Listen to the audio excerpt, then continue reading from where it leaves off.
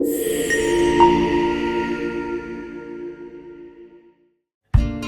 Estates is your local area expert in North Kent and South London, specialising in residential sales, lettings and block management. Hello and welcome to our latest To The Max episode, where I am delighted to be joined by Dr Tim Aker, former MEP, small business champion, academic and now author. Tim represented East of England in the European Parliament, later became spokesperson for the Federation of Small Business, helping bridge the gap between small business and government, and most recently he's edited a fascinating book, The First Brexiteer, the Diaries of Marten, 1970 to 1979. We'll be talking about his book, his reflections on Brexit, and now the challenges facing small business today, and what's next for him as he launches his new communication venture. Tim, thank you for joining me today. Thank you for having me. Thank you. So, first of all, I want to talk about your book. So, what inspired you to edit and publish Sir Neil Marten's first Diaries of the First Brexiteer? Well, after I left politics in 2019, I was in a bit of a limbo and didn't really know what to do with myself. And a colleague of mine, a good friend of mine, was finishing his PhD at the University of Buckingham.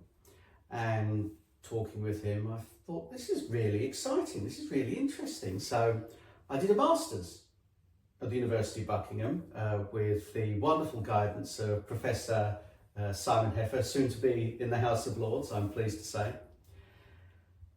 And it was on the period of the early 70s when Britain was going into Europe.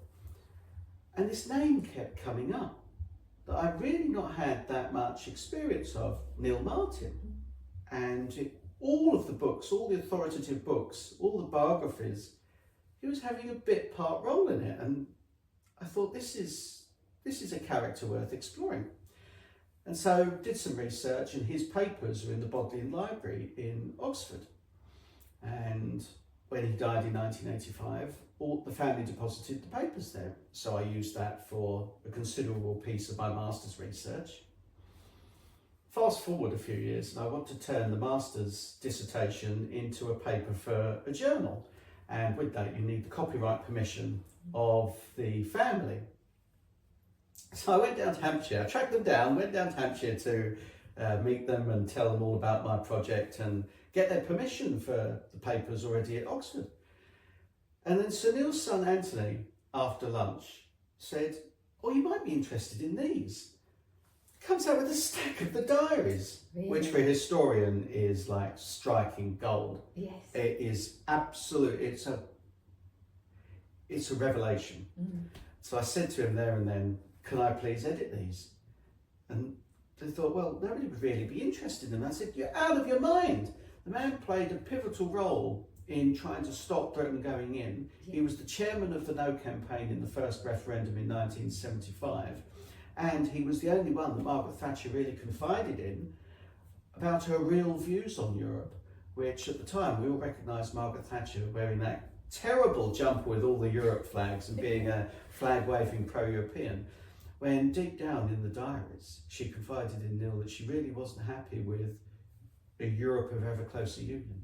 So it's fascinating, and it's, wonderful to bring something that was just collecting dust to a wider audience and to give acknowledgement to a politician who played an important role in post-war politics that has not really been given that much notice before. And how amazing, the fact that you went down there, had lunch and this came out. So well done for that. I mean, that's absolutely brilliant. And that really does put some meat on the bones as to where we are now, doesn't it? Well, it explains the whole period of going in.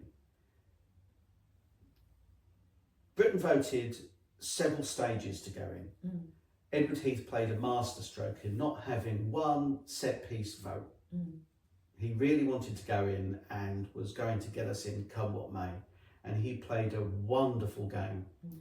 So in October 1971, there was a vote on the principle of joining. It wasn't legislative, It was just a principle of joining. And the government won with 112. And observers say that that is the overwhelming vote for entry. Fast forward to February 1972, when the enabling legislation comes in, the government only squeak by with a majority of 8. Really? Edward Heath has to call it a vote of confidence. 15 Conservative MPs vote against that vote of confidence, which had not happened before. They were fully prepared to bring the government down on him. Gosh. You have famous pro-marketeers like Roy Jenkins, who vote against going in the enabling legislation, the second reading in 17 February 1972. When the votes read out, Labour MPs, who were then against going into Europe, how the times have changed in the space of 50 years. These Labour MPs who were dead against going in were furious that the Liberal Party had saved Edward Heath's bacon, and they physically try and drag the Liberal leader over to the government benches to show what they already knew, that he was a closet Tory. Absolute bedlam. In the Diaries, he recounts that MPs have been whipped to vote against what they really believe in. Labour pro-marketeers are going through the no lobby. Some of them are covering their faces and crying. It is an absolute scene, but it just shows how Britain was dragged into going into Europe in the early 70s.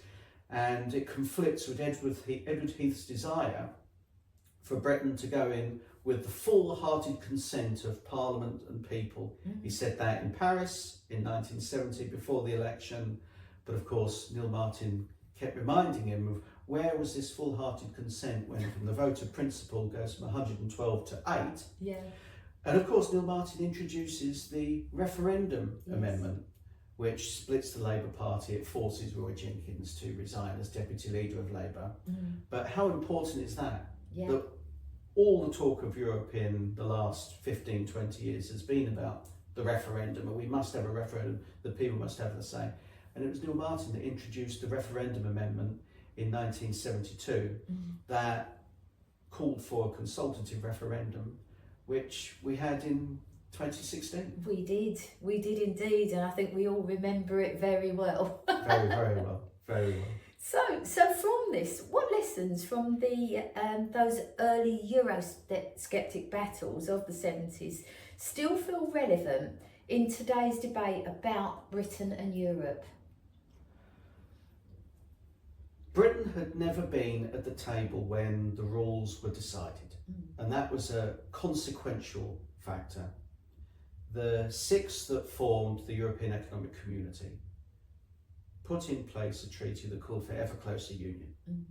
And Britain at the time, with its links to the Commonwealth, with the United States of America, and of course Europe, was stuck in the centre of a Venn diagram, and Anthony Eden called it the 3 pillars of influence. Britain never really felt part of this European project. Joining it when we did, we were catching a train a few stops down the line without deciding where the destination was. Second, the people were told it was the common market. It was colloquially called the common market. So to the average punter, it was just about trade. And back then, Britain had a productivity crisis. The economy was on very weak foundations. So the idea of a new tariff-free export market was gold dust, and that's why many relatively free market conservatives and business organisations supported entry on the basis that it was just a common market. They weren't talking back then about a European flag and a European army, although Edward Heath, conveniently after we joined, did want to take Britain into a single European currency in 1980. Really? It had been discussed for decades before Tony Blair and John Major were talking about it at the end of the 1990s. So we weren't there as a founding member. We joined too late. It was only broadcast as a matter of trade and business, so that when you fast forward to the early 90s and they talk about changing its name to a European Union with a currency, with a foreign policy, and later on with a president it becomes something completely different from what people thought they were buying into in 1975 when the referendum happened. The people like Neil Marten were talking about the political consequences, ever closer union meaning union, from the start. Yes, yeah. And how things could have been so different, thinking back on those votes in the first place, and you know, to where, as you say, 2016, and where we are now with it all. So, was there anything in the diary that surprised you or changed your view of that period? UKIP could have been formed in 1972. Really? The Conservative Party came this close to splitting in half. That's interesting. Well, I wouldn't say half. The Eurosceptics, so the anti-marketeers as they were known, Yes. were being bullied by their constituency associations. They were being threatened with deselection. I mean, this is something that, you know, the Conservative grassroots back then were meant to be deferential and loyal. Absolutely none of it. If the MP was anti-market, the association was dead against them. And you have pitched battles between Conservative MPs and their associations, which come to loggerheads, to the point where Neil Marten and a group of 6 other Conservative anti-marketeers say to their associations, right, if you continue this, I'm going to call a by-election. Like what Douglas Castle did. I'm going to call a by-election and I'll fight you on my own terms. And that backed off. The Conservative associations just ceased operations because the Tory party then was losing seats to Labour hand over fist.